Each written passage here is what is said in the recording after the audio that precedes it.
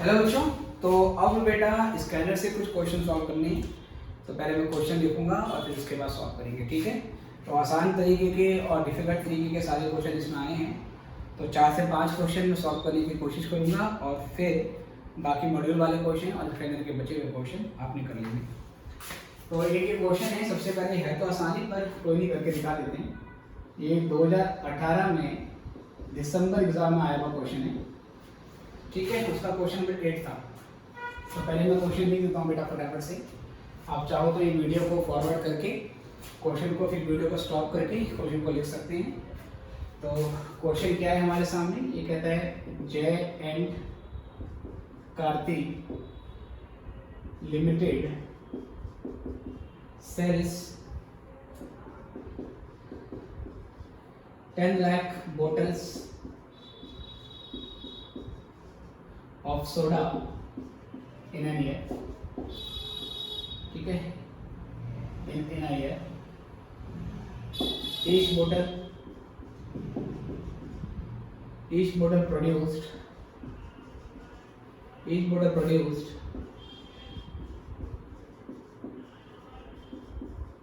has a variable cost of ₹5 and sells for ₹10.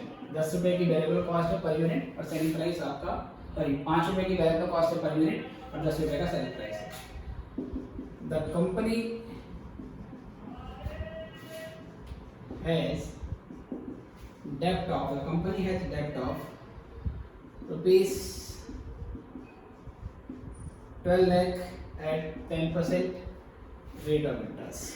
चलो question में क्या बोलता है सर, क्वेश्चन में आपको कहता है कैलकुलेट, तीनों लीवरेज निकालने हैं सर आपको। DOL निकालना है, DFL निकालना है और DCL निकालना है, ठीक है सर। बहुत ही सिंपल सा क्वेश्चन है। इसमें सबसे पहले आप इनकम स्टेटमेंट बना लो, ठीक है, आंसर में। तो इनकम स्टेटमेंट ऑफ जय and Karti limited, okay sir. Year जो भी है सर हमें नहीं पता, फॉर द ईयर एंडेड लिख के छोड़ देंगे। तो करते हैं क्वेश्चन को, बहुत ही बेसिक क्वेश्चन है। आप ये भी कह सकते हो सर ये क्वेश्चन करवाई क्यों रहे हो बेटा, स्कैनर में आया है और कितने नंबर में आया है बताऊं, 5 नंबर में आया है सर। तो कोई दिक्कत नहीं बेटा, 5 नंबर फ्री के हैं। तो सबसे पहले सेल्स कितने हमारी, सेल्स कितनी है बेटा, 10 लाख बोतल बिकेंगी और एक बोतल कितने की है बेटा, 10 रुपए की। 10 लाख के 10 से इंटू कर दो तो क्या बन जाएगा आपका 100 लाख, मतलब कि 1 करोड़। सेल्स हो जाएगा आपका 10 lakh bottles at the rate of ₹10 each. तो 100 लाख की मतलब 1 करोड़ की आपकी बोतल यहाँ से बन के आ जाती है। इसमें से माइनस करेंगे प्यारे बच्चों वेरिएबल कॉस्ट, और वेरिएबल कॉस्ट कैसे निकालोगे सर, अगेन 10 लाख बोतल है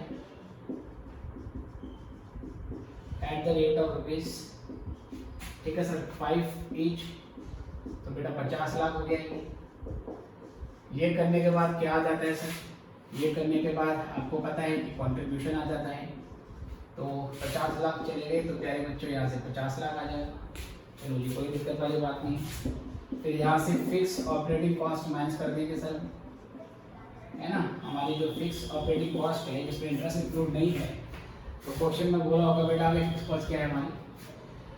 जेड कार्तिक साइज 10 लाख बोतल, ईच बोतल produce at the cost of 5 इतना।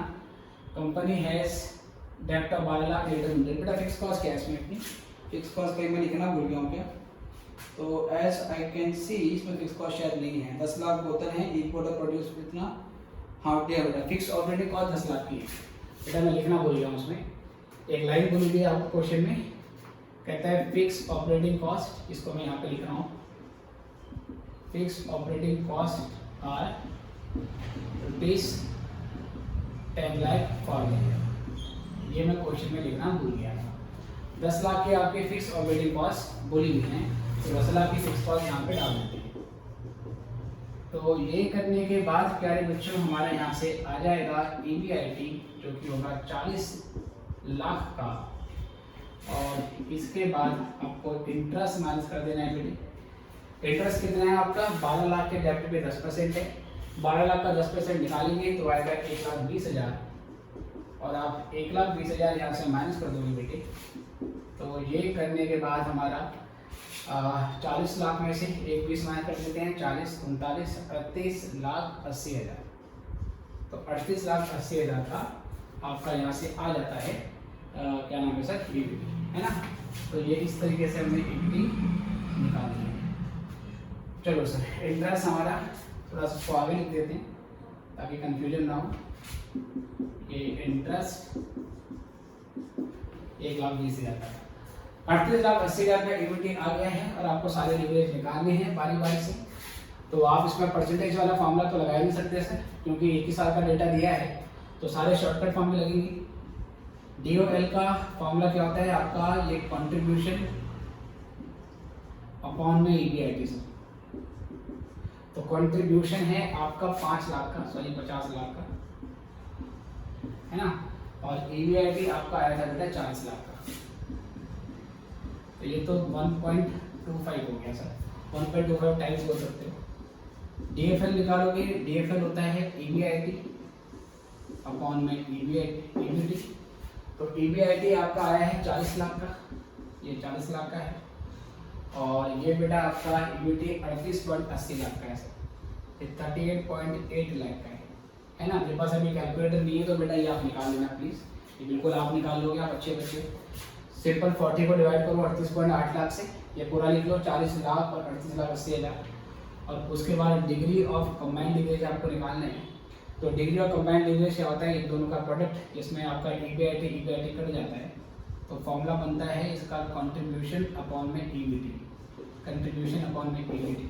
तो कंट्रीब्यूशन आपका 50 लाख का है और ये 38.8 लाख का है सर। ये भी बेटा आप खुद निकाल लेंगे, ठीक है, आपके पास कैलकुलेटर है। और फिर आप देखेंगे इन दोनों का जो प्रोडक्ट होगा, मतलब इन दोनों को मल्टीप्लाई करने पे आपका DCL के बराबर भी आ जाएगा और वेरीफाई कर सकते हैं। तो ये पहला क्वेश्चन है, इसको नोट करेंगे और फिर मैं इसके बाद नेक्स्ट क्वेश्चन पे आऊँगा।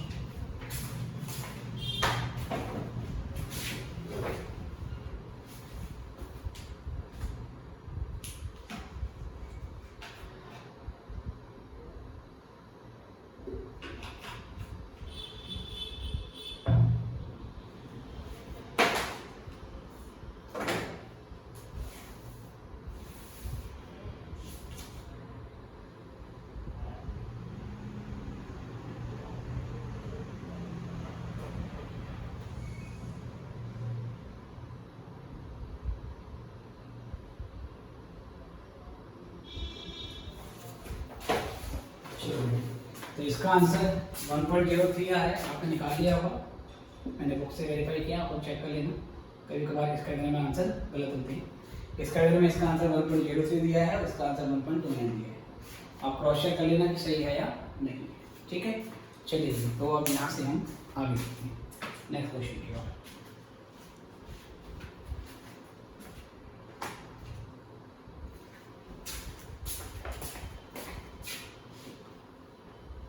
तो बहुत ही सिंपल क्वेश्चन, बस सिंपल आपको इनकम स्टेटमेंट बना के बस फॉर्मूला पुट कर देना है और वहाँ से हमारा आंसर आ गया है, ठीक है बेटा।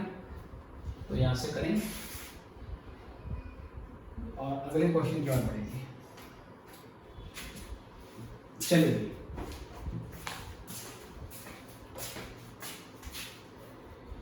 दिसंबर 2019 का सर, चलिए दिसंबर 2019 में फिर क्वेश्चन आया है इसका, क्वेश्चन नंबर 8 था ये। क्वेश्चन में कुछ ऐसे होता है और ये क्वेश्चन में आपका पेपर में 6 नंबर में आया था, ठीक है। तो क्वेश्चन में क्या बोलता है, इसमें कहता है आपसे Nestino limited had the following balance sheet,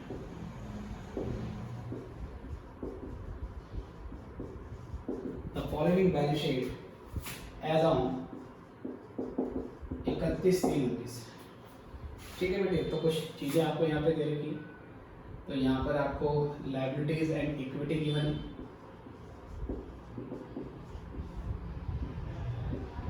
ठीक है सर, और रुपीज़ करोड़ में आपकी वैल्यू है, और फिर ये एसेट है और ये भी रुपीज़ करोड़ में आपकी वैल्यू है। ठीक है सर, सिंपल सी आपको बैलेंस शीट बना रखी है। पहले कहता है इक्विटी शेयर कैपिटल है 10 करोड़ की वैल्यू है बेटा, ठीक है, और ₹10 ईच, 10 रुपये का एक शेयर है, तो 10 करोड़ को 10 से डिवाइड करेंगे तो 1 करोड़ नंबर ऑफ शेयर आ जाएंगे। उसके बाद रिजर्व एंड सरप्लस है, रिजर्व एंड सरप्लस ये आपका 2 दे रखा है, और 15% डिवेंचर है सर, 15% डिवेंचर्स है, ये आपके 20 का है, 20 करोड़ का है। उसके बाद फिक्स असेट्स है आपकी, जो कि आपका डेप्रिसिएशन ही होगी, डेफिनेटली बैलेंस शीट में बुक वैल्यू पे असेट दिखाई जाती है, तो 25 करोड़ की है। और इसके बाद क्या है बच्चों, जो करेंट असेट्स है आपकी, शॉर्ट में इसको मैं सीए दिख रहा हूँ, ये 15 लाख का है। और टोटल इसके बाद बेटा हमारा कुछ और भी दिया है, हाँ करंट लायबिलिटी भी है यहाँ पर, डेफिनेटली करंट लायबिलिटी भी होगी, तो करंट लायबिलिटी आपकी 8 की है, और इन टोटल 40 करोड़ का बोथ साइड आपका आ रहा है। ये क्वेश्चन में लिया बेटा, क्वेश्चन में साथ साथ लिख दे रहा हूँ। अगर आपके पास स्कैनर है तो आप सीधे क्वेश्चन पे आ सकते हैं और वीडियो को फॉरवर्ड कर सकते हैं सर, आपका समय कीमती है तो आप समय बचा सकते हैं। ओके सर, अब मैं यहाँ से क्वेश्चन में क्या कर रखा है, कुछ एडिशनल इन्फॉर्मेशन दे रखी है इसके बाद, और एडिशनल इन्फॉर्मेशन कुछ इस प्रकार से है, कहता है fix operating cost, fix cost per annum बोला है जिसमें इंटरेस्ट इंक्लूड नहीं है, इसका मतलब फिक्स ऑपरेटिंग कॉस्ट है, ठीक है सर, इंटरेस्ट इंक्लूड नहीं है, इसका मतलब ये फिक्स ऑपरेटिंग कॉस्ट है। कहता है 8 करोड़ की कॉस्ट है इसकी। और इसके बाद सेकंड पार्ट कहता है आपको वेरिएबल ऑपरेटिंग कॉस्ट रेशियो, जो वेरिएबल कॉस्ट है बेटा वो आपकी 65% है, मतलब जो भी सेल्स होगी उसका 65% वेरिएबल कॉस्ट है, तो बाकी का जो 35% बचा वो आपका कंट्रीब्यूशन हो जाएगा, है ना। ये आपने मार्जिन कॉस्टिंग में पढ़ा है कि प्रॉफिट वॉल्यूम रेशो और वेरिएबल कॉस्ट रेशो, इन दोनों का परसेंटेज 100% के इक्वल होता है। चलिए सर, उसके बाद यहाँ से फिर total asset turnover ratio, total asset turnover ratio आपका 2.5 है, और जो टैक्स रेट आपको दे रखा है सर, कोई यूज नहीं है बेटा इसका। हाँ, अगर इनकम स्टेटमेंट बनाने को बोलेगा तो टैक्स दिखाना पड़ता है, वहाँ टैक्स रेट आपका 40% है, ऐसा कोई यूज नहीं है इसका। क्वेश्चन में कहता है फाइंड आउट, आपको 3 वही निकालने हैं सर, आपको निकालना है DOL, ठीक है, आपको निकालना है DOL, और आपको निकालना है DFL, और आपको निकालना है DCL, और चौथा कहता है कि अर्निंग पर शेयर पे निकाल देना सर, है ना, अर्निंग पर शेयर EPS भी निकाल देना, ये भी आपसे पूछा। तो सबसे पहले बेटा हमें तो इस क्वेश्चन में इनकम स्टेटमेंट को बनाना पड़ेगा, और इनकम स्टेटमेंट के लिए सबसे पहले आपको सेल्स की वैल्यू पता होनी चाहिए। बट इस पूरे क्वेश्चन में सेल्स आपको नहीं दे रखी, बट अगर आप क्वेश्चन ध्यान से देखें तो इसमें आपको एक fix asset turnover ratio, fix asset turnover ratio आपको दे रखा है। हम इस फिक्स एसेट टर्नओवर रेशो के हिसाब से, है ना सर, ये सॉरी फिक्स एसेट नहीं है, मैं कैलकुलेट कर रहा हूँ, टोटल एसेट टर्नओवर रेशो दे रखा है, और टोटल एसेट टर्नओवर रेशो की सहायता से हम अपने सेल्स निकालेंगे। और वो सेल्स किस तरीके से निकलेंगे बेटा, तो पहले आपको ध्यान में देखना है टोटल एसेट टर्नओवर रेशो, क्या फॉर्मूला होता है सर इसका। टर्नओवर का मतलब है जो इसके आगे लिखा है, जो इसके आगे लिखा है इसको अपॉन में ले आओ। टर्नओवर का मतलब उल्टा कर देना, है ना। वैसे तो टर्नओवर सेल्स होती है, लेकिन टर्नओवर को आप इंग्लिश में कैसे बोलोगे, turnover means turn it over, है ना, टर्न इट ओवर मतलब पलट दो इसको, पलट दो सर, टर्न इट ओवर।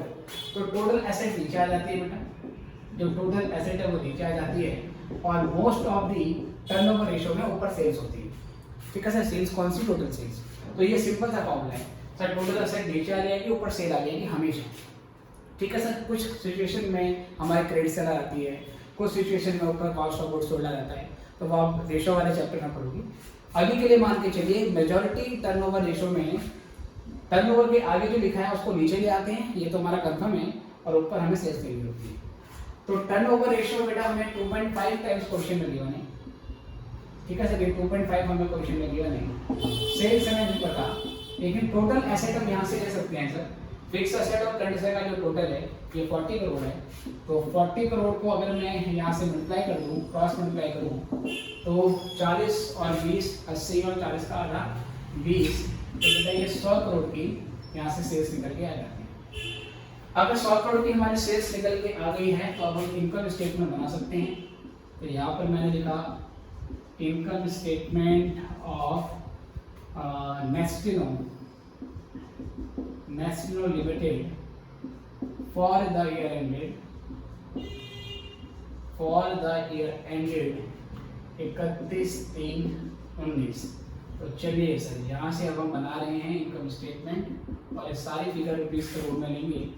तो सबसे पहले लिखेंगे सेल्स, सेल्स आई है हमारी 100 करोड़।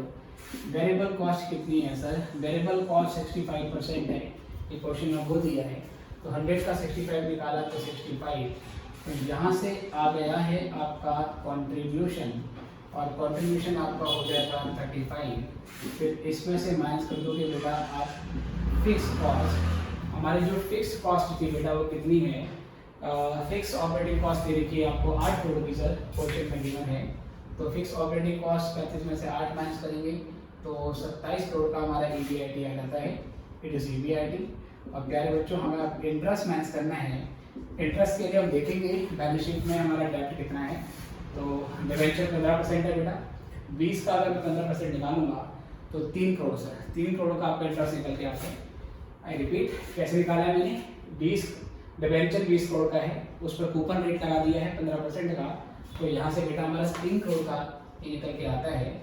और ये 24 यहाँ से हमारी चीज आती है जिसको हम EBT बोलेंगे, इसको EBT बोलेंगे, क्योंकि मुझे EPS भी निकालना है।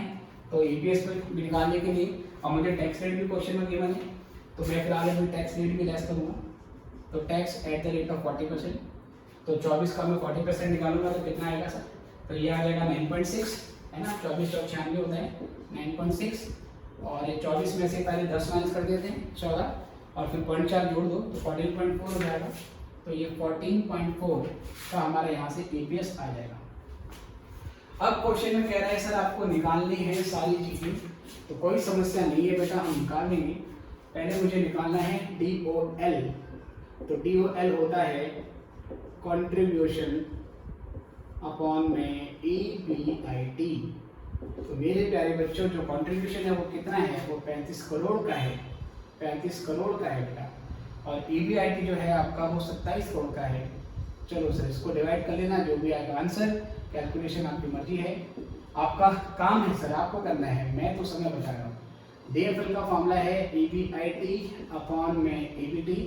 तो मेरे प्यारे बच्चों, यहाँ से EBIT कितना आया है? EBIT आया है 27 करोड़ का, और EBT आपका आया है 24 का। तो आप ये कर लेंगे बेटे। और इसके बाद फिर हमें निकालना है DCL, और DCL के लिए हम लेंगे कंट्रीब्यूशन अपॉन में EBT। कंट्रीब्यूशन है 35 का और ये है 24 का, ये भी आ जाएगा। और अगर आपको EPS निकालना है तो EPS का फॉर्मूला होता है अर्निंग्स अवेलेबल। बेटा ये अर्निंग लिखा है, स्टार्टिंग में E है, ठीक है, स्टार्टिंग में क्या है? E है। Earnings available to equity divide by number of equity shares. चलो जी, अर्निंग्स अवेलेबल टू इक्विटी कितना है बेटा बताइए? अर्निंग्स अवेलेबल टू इक्विटी का मतलब हो गया 14.4। फाइनली कितना बचा सब कुछ करने के बाद, इंटरेस्ट देने के बाद, सरकार को टैक्स देने के बाद? 14.4 divide by number of shares है। तो ये हमारा करोड़ में ध्यान रखना। नंबर ऑफ शेयर कैसे निकालेंगे सर? हमारे पास 10 करोड़ की शेयर कैपिटल है, 10 करोड़ की शेयर कैपिटल है, जिसमें एक शेयर 10 रुपए का है। 10 करोड़ को 10 से डिवाइड करोगे तो नंबर ऑफ शेयर आ जाएंगे 1 करोड़ से। तो इसको 1 करोड़ से डिवाइड कर लो तो बेटा 14.44 ही आ जाएगा। करोड़ से करोड़ कैंसिल, 14.4 आपका अर्निंग पर शेयर आ गया। इसका मतलब एक इक्विटी शेयर पर 14.40 रुपीस की अर्निंग्स है। अगर कंपनी सारी की सारी अर्निंग डिस्ट्रीब्यूट कर दे तो एक शेयर पर 14 रुपये 40 पैसे का डिविडेंड मिलेगा। ओके सर, तो ये भी हमारा क्वेश्चन हो गया है, इसको सॉल्व कर लेंगे। इस पे पेज क्या था? बस सेल्स आपको निकालनी थी। है ना। और टर्नओवर रेशियो को याद करने का आसान तरीका क्या है, टर्नओवर के आगे जो है उसको नीचे ले आओ, ऊपर सेल्स कर दो। रेशियो वाले चैप्टर में मैंने आपको पढ़ाया है, और जिन्होंने नहीं पढ़ा है बेटा उनको जब बारी आएगी तो पढ़ाया जाएगा। अभी के लिए इतना नोट करें, फिर हम आगे बढ़ेंगे।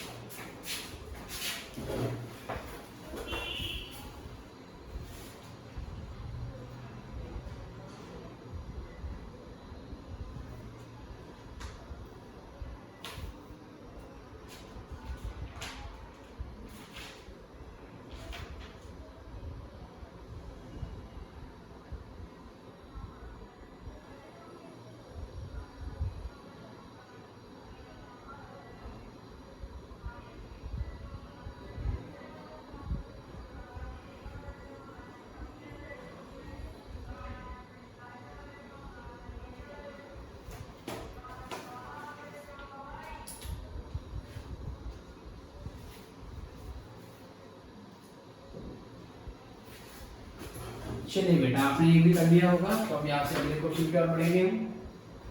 अब 2-3 क्वेश्चन और कराता हूँ बेटा इसके बाद, ठीक है। कुछ आसान क्वेश्चन है बहुत, तो आपने खुद करने हैं।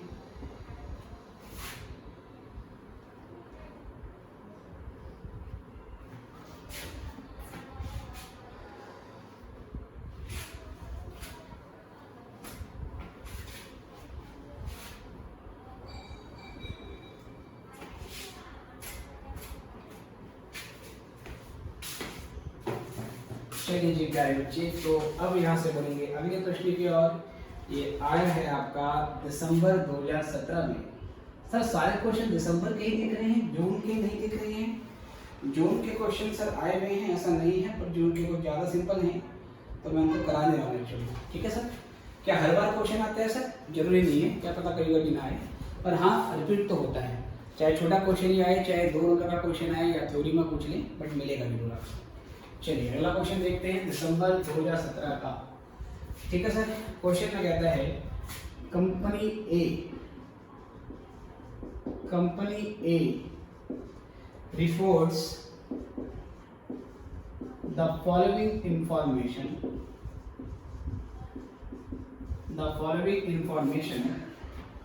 From its financial statement.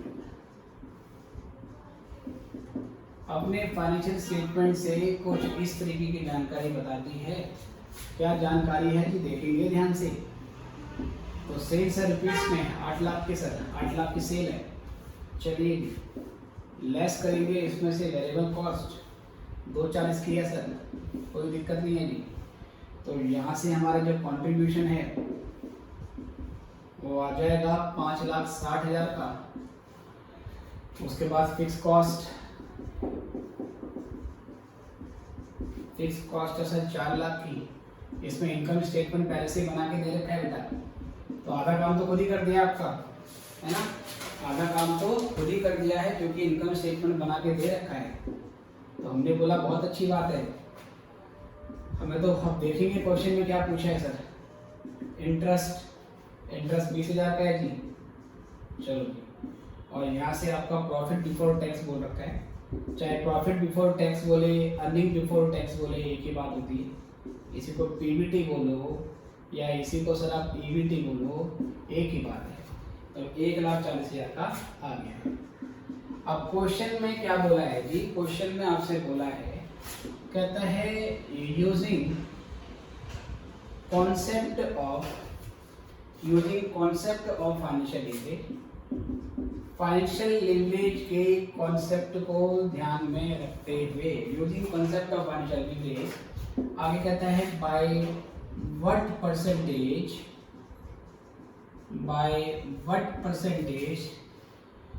Will taxable income increase, by what percentage will taxable income increase if, ठीक है सर, EBIT increases by, ठीक है बेटा। टैक्सेबल इनकम का मतलब जिस पे टैक्स लगेगा, है ना। जिस पे टैक्स लगता है वो EBIT होता है, आई रिपीट, टैक्सेबल इनकम मतलब जिस पर हम टैक्स कैलकुलेट करने जा रहे हैं जस्ट, तो टैक्स ईबीटी पे निकालते हैं बेटा, इस पे टैक्स निकालते हैं, तो ईबीटी की बात कर रहे हैं। Using concept of financial leverage, by what percentage will taxable income increase if EBIT increases by 10%, अगर ईबीआईटी 10% से बढ़ जाता है। क्वेश्चन में कहता है verify the results in terms of rupees. तो पहले बेटा इसका हम ये फर्स्ट पार्ट ही कर लेते हैं और फिर उसके बाद सेकंड पार्ट पढ़ेंगे, ठीक है sir. Verify the results in terms of rupees, आपको रुपीज में फिर वेरीफाई करना है। पहले क्वेश्चन लिख लें आप, फिर मैं पहले इसका पहला हिस्सा कराता हूँ और उसके बाद बताऊंगा दूसरा हिस्सा क्या है और फिर वो भी सॉल्व करेंगे। इतना लिख लीजिए पहले।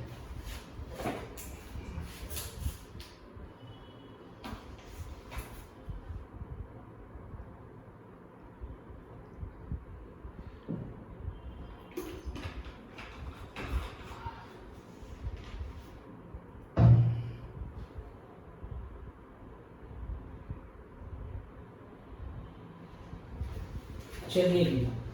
तो पहले कहता है using concept of financial leverage, तो पहले हम क्या करेंगे बेटे, फाइनेंशियल लीवरेज निकाल लेते हैं। चलिए जी, तो फाइनेंशियल लीवरेज निकालने का क्या फॉर्मूला है, इसका फॉर्मूला होता है ईबीआईटी अपॉन में ईबीटी। तो ईबीआईटी है मेरा 1,60,000 रुपए का, ठीक है बेटा। थोड़ा सा इसमें इंक डाल देते हैं, 2 मिनट वेट करेंगे, इसको पोलियो ड्रॉप पिला देते हैं ताकि ये सही से चलने लग जाए, पेन सही से चलने लग जाए बेटा।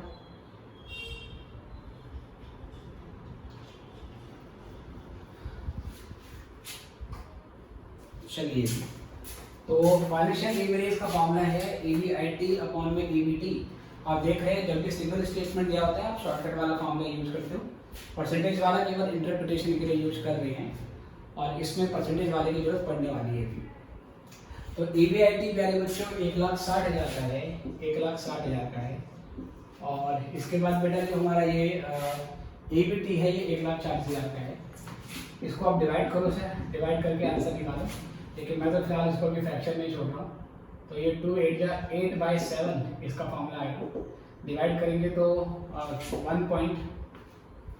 1 पॉइंट है ना, उसके बाद 7 बच गया तो 7 एकम 7 और 7 चौक 28, शायद 1.14 आएगा। 7 बन जा 7, 1 बचेगा तो 10 हो जाएगा, 7 एकम 7, 30 बचेगा, 7 चौक 28, तो ये आ गया मेरा 1.14।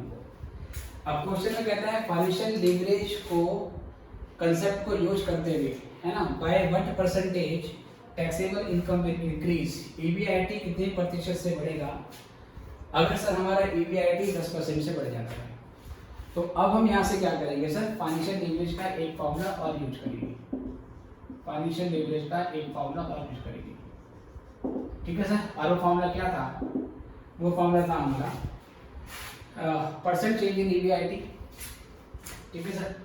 फाइनेंशियल लीवरेज हमने यहाँ पे निकाल लिए हैं और फाइनेंशियल लीवरेज का बेसिक फॉर्मूला क्या था हमारा, percent change EPS. Financial leverage का ध्यान रखते हुए by what percentage will taxable income increase, कहता है ईबीआईटी में क्या इंक्रीज होगा अगर ये आपका बढ़ जाता है तो, ठीक है सर। आप पहले सबसे पहले यहाँ पे मतलब क्या है, ये हमारा 1.114 आ रहा है, लेकिन फाइनेंशियल लीवरेज को तो हम रिलेट करते हैं परसेंट चेंज इन ईबीएस और परसेंट चेंज इन ईबीआईटी के साथ। तो फाइनली मुझे ईबीआईटी के साथ रिलेट करना है, ईबीआईटी के साथ मुझे रिलेट करना है बेटा किसको, ईबीटी को। अब ईबीआईटी और ईबीटी आपके रिलेट कैसे होंगे सर, 1.14 हमारा यहाँ से आंसर आता है। तो यहाँ से फिर हम ये बोलेंगे percent change in EBIT, percent change in sales, वो ऑपरेटिंग लीवरेज हो गया, और percent change in EPS divide by percent change in आपका ये आ जाएगा, ठीक है सर। तो फाइनेंशियल लीवरेज आपका 1.414 आया है। इट इम्प्लाइज दैट, चलो ऐसे लिखते हैं इसमें, it implies that if EBIT increases by, if EBIT increases by 1%, if EBIT increases by 1%, then EBT and EPS both will increase by 1.14%। ठीक है सर। ये बेटा मैंने इंटरप्रिटेशन कैसे करी, क्योंकि फाइनेंशियल लीवरेज का एक फॉर्मूला और होता है, और फाइनेंशियल लीवरेज का एक फॉर्मूला और क्या था अगर आपको याद हो, फाइनेंशियल लीवरेज को निकालने का एक फॉर्मूला और होता है, डिग्री ऑफ फाइनेंशियल लीवरेज ये निकाला है हमने, इसको निकालने का एक फॉर्मूला होता है percent change in EPS upon में परसेंट चेंज इन ईबीआईटी, है ना सर। ये भी हमारा फॉर्मूला था, percent change in EPS upon में परसेंट चेंज इन ईबीआईटी।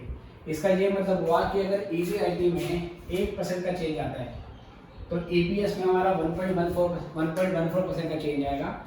आप या तो बोलो ईपीएस में चेंज आएगा या आप ईबीटी भी बोल सकते हो। क्यों बोल सकते हो सर? क्योंकि जो नंबर ऑफ इक्विटी शेयर्स हैं वो तो फर्स्ट ईयर में सेकंड ईयर में आप क्या रखते हो सर? सेम रखते हो। तो अगर सेम रखोगे तो जिस परसेंट से आपका अर्निंग बिफोर टैक्स बढ़ेगा उसी परसेंटेज से आपका ईपीएस भी बढ़ता है। ओके सर, इसे मैंने यहाँ पे कर दिया, इसको मैंने इंटरप्रेट। अब यहाँ से क्वेश्चन में हमें गिवन है कि percentage change in EBIT increase by 10%। Given that EBIT increases by 10%। Then sir, तो डिग्री ऑफ फाइनेंशियल लीवरेज का फॉर्मूला लगा दो, percent change in EPS upon में percent change in EBIT, percent change in EPS divide by percent change in EBIT. तो यहाँ से हमारा DFL जो आया था वो 1.14 आया था, या इसको आपको 8/7 भी कर सकते हो। परसेंट चेंज इन ईपीएस आपको नहीं पता, और यहाँ से जो परसेंट चेंज इन हमारा ईबीआईटी बेटा, परसेंट चेंज इन ईबीआईटी इसको ले लेंगे हम, ये हमारा आया है 10%। यहाँ से बेटा अगर हम क्रॉस इंटू कर देते हैं तो ये 11.14% आएगा। तो परसेंट चेंज इन ईपीएस, तो ये आपका 11.40% आ जाएगा। ठीक है सर। तो यहाँ से बोल सकते हैं if EBIT increases by 10%, then taxable income would increase by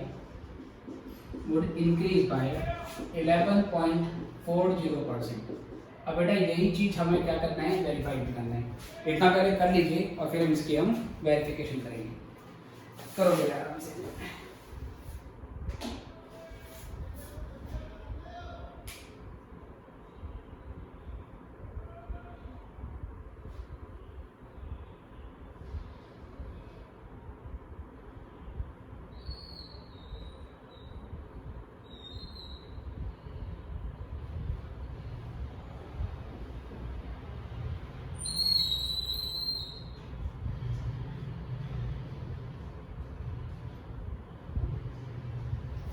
चलिए बेटा अब यहाँ से बढ़ते हैं आगे। तो अब हम क्या करेंगे, देखो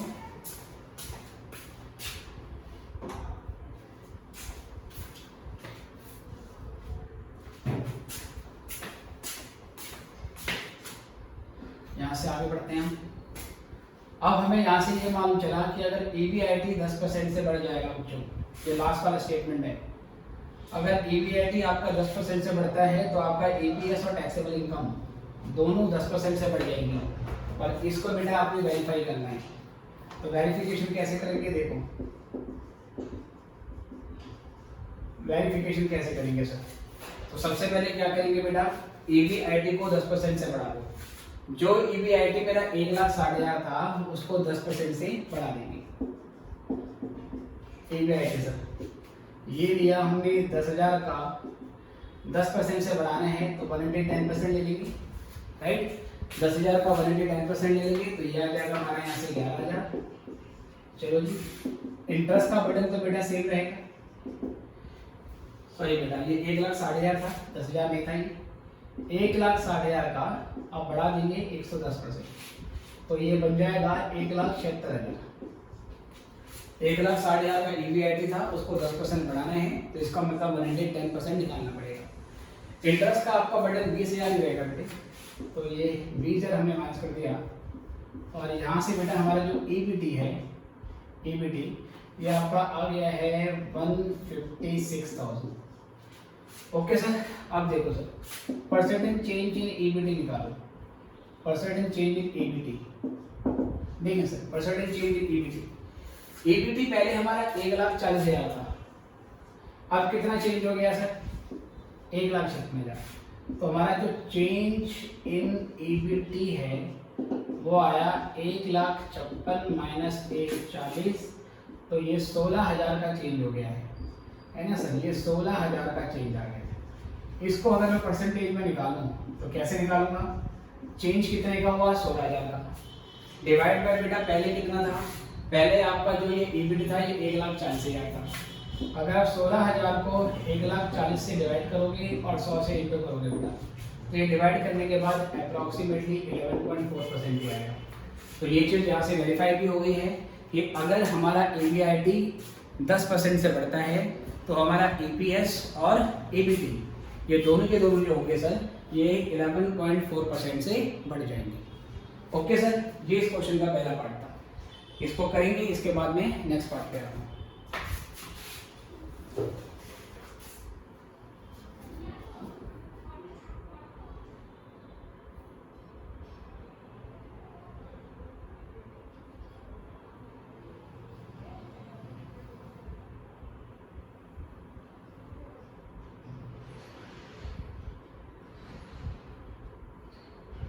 चलिए बेटा, आई गेस ये भी कर लिया होगा आपने, तो मैं यहाँ से नेक्स्ट सेकंड पार्ट पे आता हूँ इसके। चलो, ये वेरिफिकेशन भी हमने कर ली।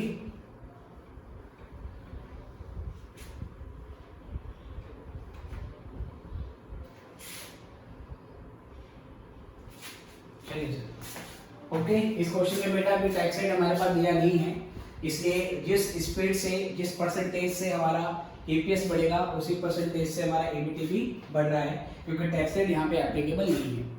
इसलिए जब मैंने ये पहला क्वेश्चन कराया तो पहले क्वेश्चन में मैंने EBIT के साथ में EBT को लिंक कर दिया, जबकि फाइनेंशियल लीवरेज में EBIT के साथ में EPS लिंक होता है। But because there is no tax rate, हमारे कोई प्रॉफिट आफ्टर टैक्स नहीं है, इसलिए हम जिस स्पीड से हमारा EBIT चेंज होगा सेम परसेंटेज से EPS भी बढ़ेगा और सेम परसेंटेज से हमारा EBT भी बढ़ेगा, क्योंकि यहाँ पे कोई टैक्स का रेट हमें क्वेश्चन में दिया नहीं है। ठीक है बेटे, अब यहाँ से हम आगे सॉल्व करते हैं और हमें आगे यहाँ से निकालना है पॉइंट नंबर सेकंड पॉइंट में क्या बोलता है, इसी को चेंज कर लेता हूँ। कहता है using concept of operating leverage. Second question में यहाँ पे ऑपरेटिंग लीवरेज बोला है, बाय व्हाट परसेंटेज विल, आगे क्वेश्चन में कहता है आपको will EBIT by what percentage will EBIT increase if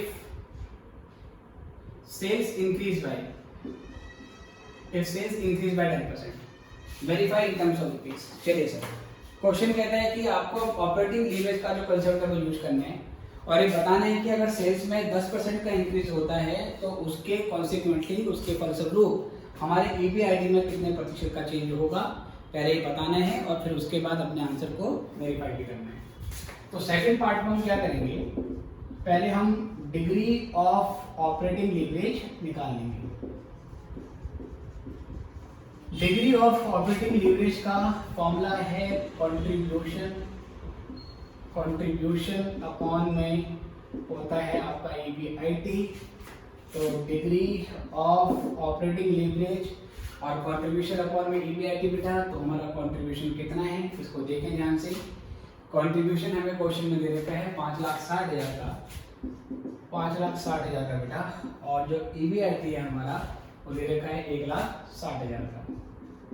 इसको अगर मैं डिवाइड करूँ तो ये 56/16 हो गया, 8 7 56, तो ये 3.5 टाइम्स हमारे यहाँ से डिवाइड निकल के आया है। It implies that if sales increases by 1%, then EBIT would increase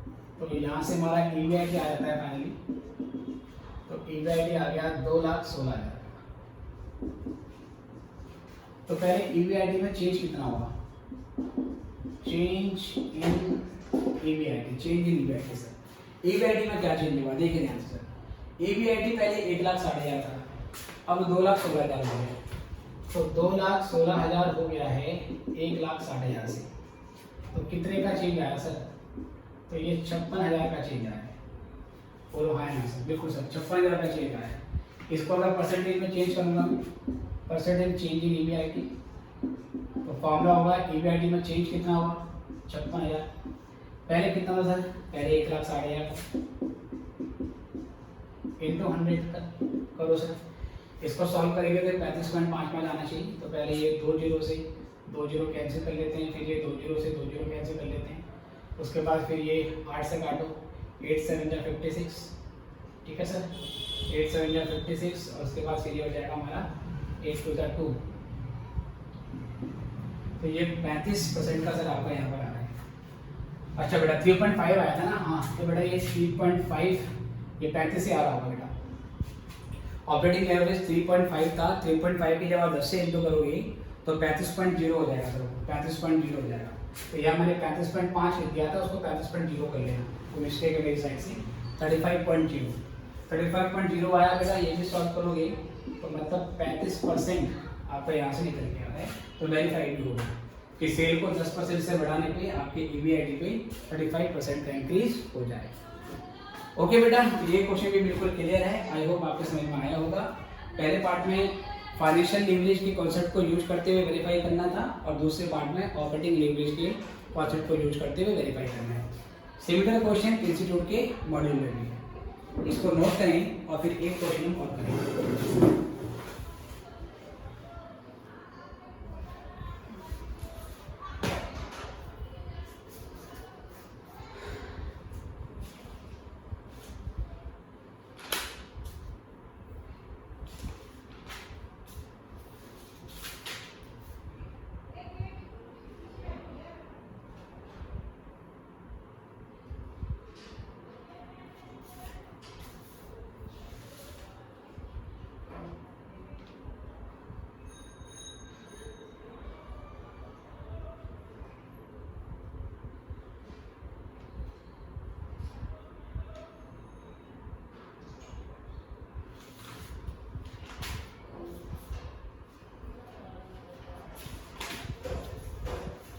चलिए एक क्वेश्चन और लेते हैं बेटा। ये हो गया आपका क्वेश्चन, और अब यहाँ से आगे बढ़ेंगे।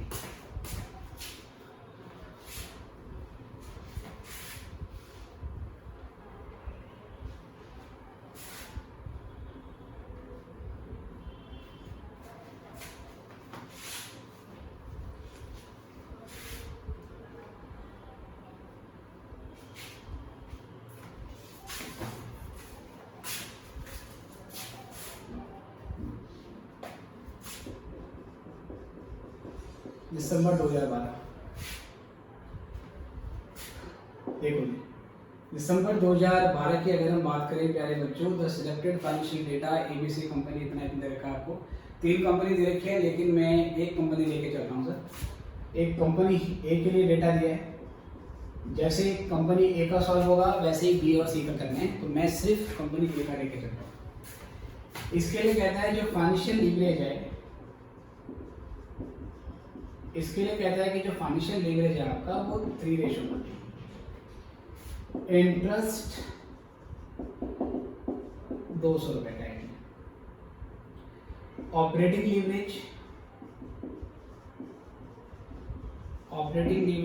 4 रेशो पर है। Variable cost as a percentage to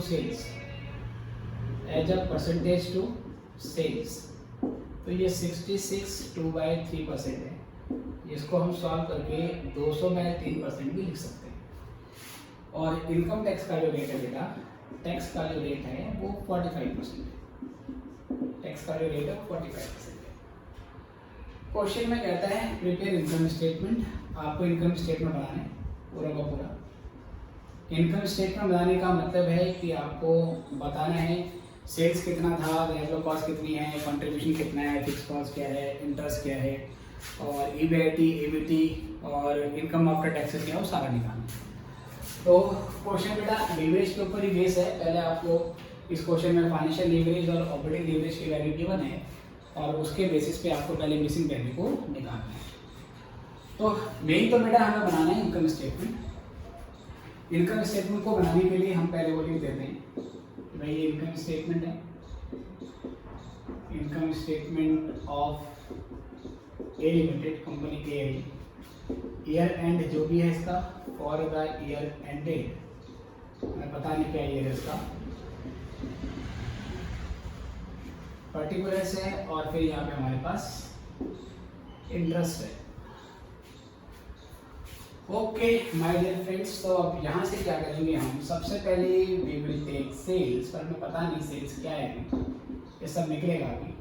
sales में से वेरिएबल कॉस्ट मैच कर देंगे, पेपर में पूरा लिख के आना है वेरिएबल कॉस्ट। अभी तो मैं शॉर्ट में लिख देता हूँ, क्लासरूम में थोड़ी बहुत फ्रीडम होती है, कोई हमारे क्वेश्चन चेक तो कर नहीं रहा, जैसे मुझे लिख रहे हैं। पेपर में थोड़ा जो प्रेजेंटेशन होगी उस पर पूरा फोकस करना है आपको। तो सेल्स में से वेरिएबल कॉस्ट और फिर यहाँ से कॉन्ट्रीब्यूशन, फिर कंट्रीब्यूशन में से हम फिक्स कॉस्ट माइनस करेंगे, तो यहाँ से आ जाएगा हमारा ईबीआईटी, और ईबीआईटी में से फिर हम इंटरेस्ट माइनस करेंगे, और ईबीआईटी में से इंटरेस्ट माइनस करने के बाद वो ईबीटी आ जाएगा यहाँ पर, और ईबीटी में हम टैक्स माइनस करेंगे, टैक्स 45% पे है, तो ये करने के बाद आपका अर्निंग आफ्टर टैक्स आ जाएगा सर, ईएटी। ओके जी, तो ईएटी आपका यहाँ से आ जाएगा। तो लेकिन सारी चीज़ें मिसिंग है। सबसे पहले सर हम ध्यान से देखेंगे, वर्किंग नोट बनेंगे यहाँ पर फाइनेंशियल लीवरेज का, डिग्री ऑफ फाइनेंशियल लीवरेज का फॉर्मूला यहाँ पे लिख रहा हूँ। इसका फॉर्मूला है ईबीआईटी अपॉन में ईबीटी, है ना, ईबीआईटी अपॉन में ईबीटी, ये हमारा फॉर्मूला होता है इसका। यस, ईबीआईटी अपॉन में ईबीटी। उसके बाद फिर हम डीएफएल जो है वो हमें क्वेश्चन में दे रखा है 3/1, इसको बेटा हम ब्रेक कर देंगे। इसको मैं लिख सकता हूँ ईबीटी प्लस इंटरेस्ट, ठीक है सर, इसको इस तरीके से लिख सकते हैं। इसको अगर मैं डिवाइड भी कर देता हूँ तो ये 3/1, या चलो मैं डिवाइड ना भी करूँ, ईबीटी तो मुझे नहीं पता, ये चलो डिवाइड कर दूँ, ईबीटी अपॉन में ईबीटी सर, तो 1 हो जाएगा, ये 1 हो जाएगा, और 3/1 को 3 लिख लूँगा, और फिर ये इंटरेस्ट अपॉन में ईबीटी कर लो, ये 3 - 1 यहाँ पर आके 2 हो गया बेटा, 1 यहाँ पर आके माइनस हो गया। इंटरेस्ट क्वेश्चन में आपको 200 रुपये का दे रखा है, और ईबीटी आपको सर यहाँ से नहीं पता, तो यहाँ से अगर हम क्रॉस इंटू करते हैं 2 से 200 कट जाएगा, तो ईबीटी से सर हमारा ये हमारा 200 रुपये का आ गया, है ना सर। 200 रुपये का आपका यहाँ पर क्या आ जाएगा सर जी, ये ईबीटी आपका आ गया है। तो अगर 200 रुपये का आपका ईबीटी है तो फाइनली हम ईबीआईटी निकाल सकते हैं, और ईबीआईटी आपके इक्वल होता है ईबीटी प्लस इंटरेस्ट के, तो 200 प्लस 200, तो यहाँ से ईबीआईटी हमारा 400 रुपये का आ गया है। ओके सर, ये आप सीधे ही यहाँ पे क्या कर सकते थे, वैल्यू डाल देते इंटरेस्ट की, तो क्रॉस इंटू करके भी वहाँ से वैल्यू आ जाती, कोई बड़ी बात नहीं थी इसमें। तो ईबीआईटी यहाँ से हमारा 400 रुपये का आ गया। 400 रुपये का ईबीआईटी निकालने के बाद अब हम डिग्री ऑफ ऑपरेटिंग लीवरेज का फॉर्मूला लेंगे, जिसका फॉर्मूला होता है कंट्रीब्यूशन, कंट्रीब्यूशन अपॉन में ये हो जाएगा हमारा ईबीआईटी, ठीक है बेटे। तो ये हमारा इतना ही आया ना, इसको चेक कर लेते हैं एक बार, 3 में से 1 या 2, तो ईबीआईटी हमारा 400 का आया है, ईबीआईटी 400 का है। कुछ मुझे गड़बड़ लग रही है यहाँ पर, क्योंकि वेरीफाई कर रहा हूँ तो वेरीफाई नहीं हो रहा है।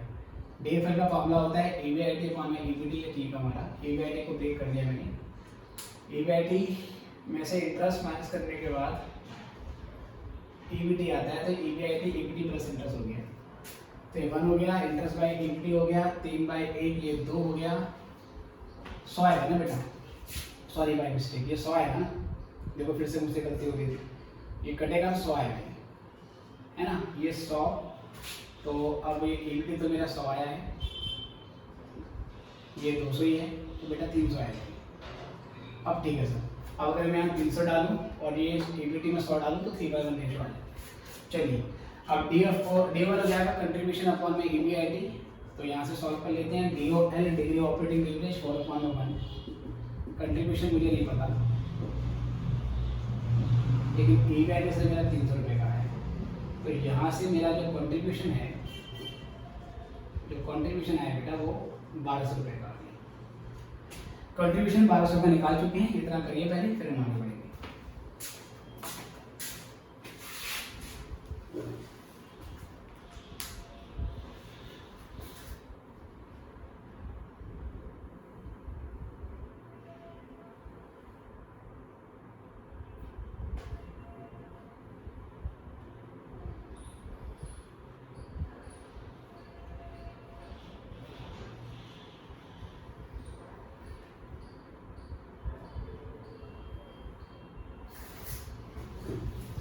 ये करने के बाद बेटा यहाँ से देखिए जरा आगे बढ़ते हैं। और अब क्या करेंगे, देखो हमारे पास कंट्रीब्यूशन 1200 रुपये का आ गया है, तो थोड़ा सा उसकी नोट में यहाँ बना देता हूँ, इसी के आगे कंटिन्यू में ये ध्यान रखना। हमें क्वेश्चन में बोला हुआ था वेरिएबल कॉस्ट 66 2/3% है ना सर। इसका मतलब कि जो वेरिएबल कॉस्ट है वो सेल का 200/3% है। तो वेरिएबल कॉस्ट ये बेटा वर्किंग नोट में चल रहा है, टू सेल्स 200/3%, इसका मतलब हो गया 200/300 है ना, जिसको 200/300 लिख सकते हैं।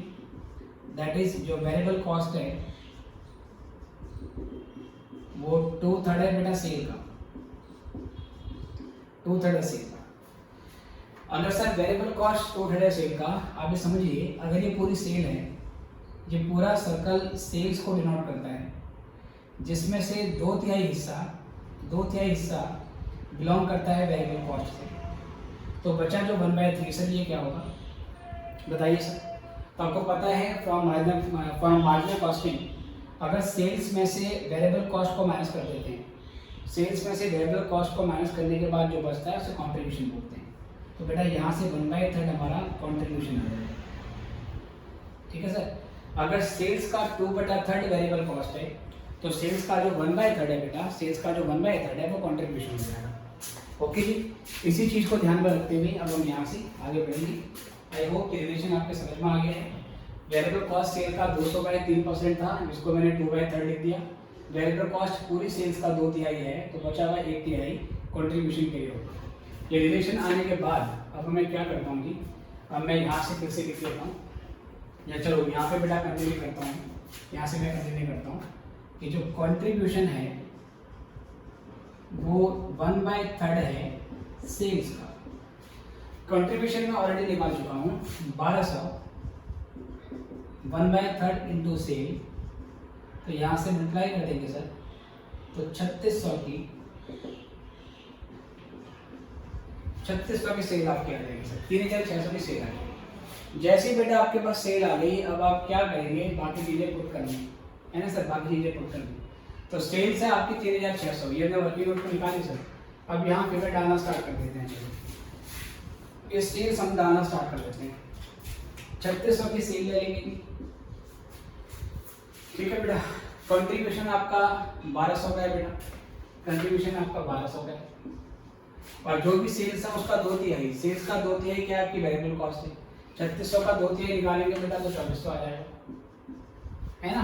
सेल्स आपकी 3600 की है, 1200 का आपका कंट्रीब्यूशन हो गया, डिफरेंस 2400 आ गया। या आप 3600 की सेल का 2/3 निकाल देंगे तो भी वेरिएबल कॉस्ट आ जाएगी।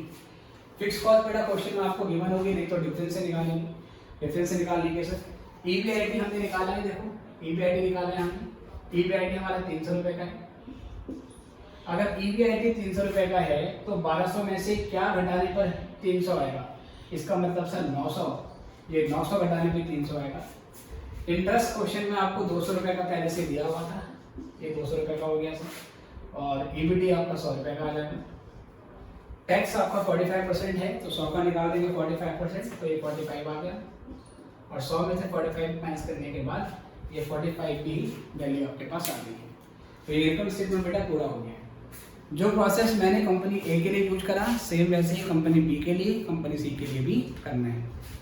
तो बच्चों ये सिलेक्टेड क्वेश्चन हैं लिवरेज के जो पास एग्जाम में आए हुए हैं, ये आपको मैंने कराए हैं। बाकी बचे हुए क्वेश्चन स्कैनर के और मॉड्यूल के इसी पैटर्न पे होंगे, वो आपको खुद अपने आप करनी है। पहले क्वेश्चन ध्यान से पढ़ना, उसके बाद सॉल्यूशन करना। अगर क्वेश्चन पढ़ने के बाद समझ में ना आए तो सॉल्यूशन रीड कर लेना, वहाँ से थोड़ा बहुत आपको आइडिया हो जाएगा। तो बेटा अभी के लिए इतना ही। ये लीवरेज 2 लेक्चर में हमने फिनिश किया है और अब आगे हम कोई और फ्रेश टॉपिक लेके आएंगे और उसे भी कंप्लीट करेंगे। अभी के लिए इतना ही, फिर मिलेंगे नेक्स्ट क्लास में। Good bye.